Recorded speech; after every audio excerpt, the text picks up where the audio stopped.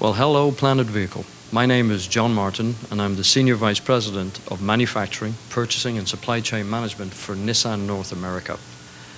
And I'm joining you here today from the MGM Grand in Detroit, Motor City, where I'm attending the Global Automotive Summit, which is being held by the Rainbow Push organization. Now, the Rainbow Push organization was an amalgamation of two, if you will, foci from the Reverend Jesse Jackson. And it's aimed at evaluating and pushing the level of minority supplier involvement in the automotive industry. I'm very happy to say that we came here today to tell the Reverend Jesse Jackson that we have improved the level of spend, the amount of money that we spend with minority suppliers. And in the main, that focuses on African American owned suppliers. And part of the issue that we were addressing today is how we can move that activity forward.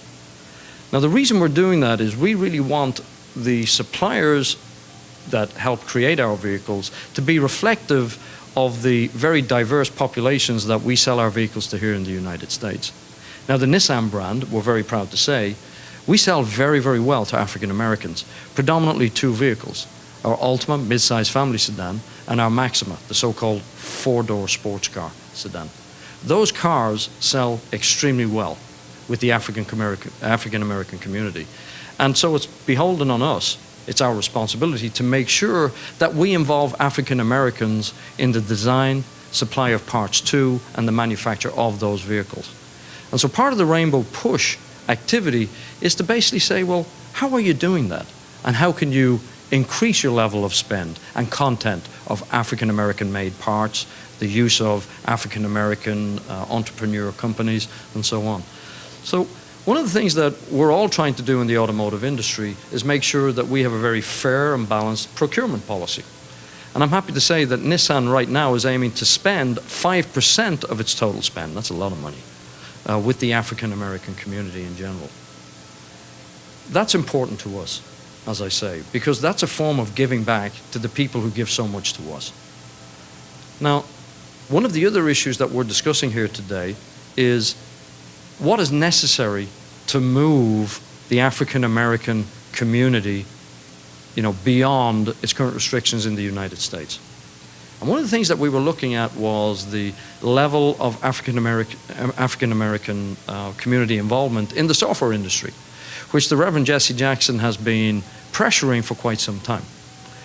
The automotive industry has a role to play in that.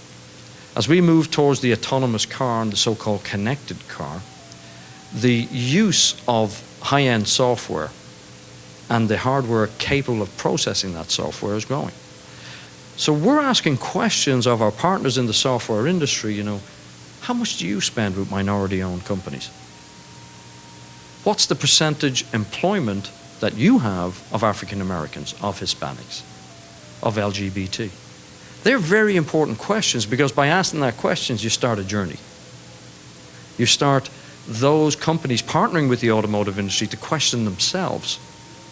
Are they being fair? Are they giving back to the communities that give to them, that create their revenue streams? So the automotive industry was the very first industry to be approached by the Reverend to push this agenda. And we're so happy that he did, because he caused us to ask ourselves that question. And by asking that question, we started the journey many years ago, and now we're asking it of others that are partnering with us.